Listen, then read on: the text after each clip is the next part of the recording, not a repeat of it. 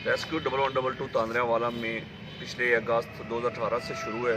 और आज तक हम लोगों ने काफ़ी लोगों को रेस्क्यू किया है, जिनमें हॉस्पिटल से हॉस्पिटल तक शिफ्टिंग भी है और रोड ट्रैफिक एक्सीडेंट और मेडिकल इमरजेंसीज भी हैं। लोगों को हम ये पैगाम देना चाहते हैं कि लोग जब भी मोटरसाइकिल पे सवार हों तो हेलमेट और सेफ्टी का मद्देनज़र रखते हुए जाएं, हेलमेट ज़रूर पहनें और अपनी ड्राइविंग को जो असूल हैं ट्रैफिक के उन पर लाजमी तौर पर अमल करें।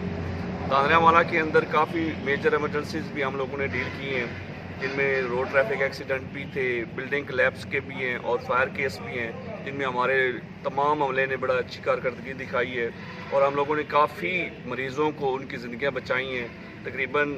2018 से 2019 के दरमियान हम लोगों ने हज़ारों लोगों को रेस्क्यू किया है और हॉस्पिटल THQ तांदरावाला से फैसलाबाद जो भी मरीज़ रेफ़र होता है उसको हमने उधर शिफ्ट किया।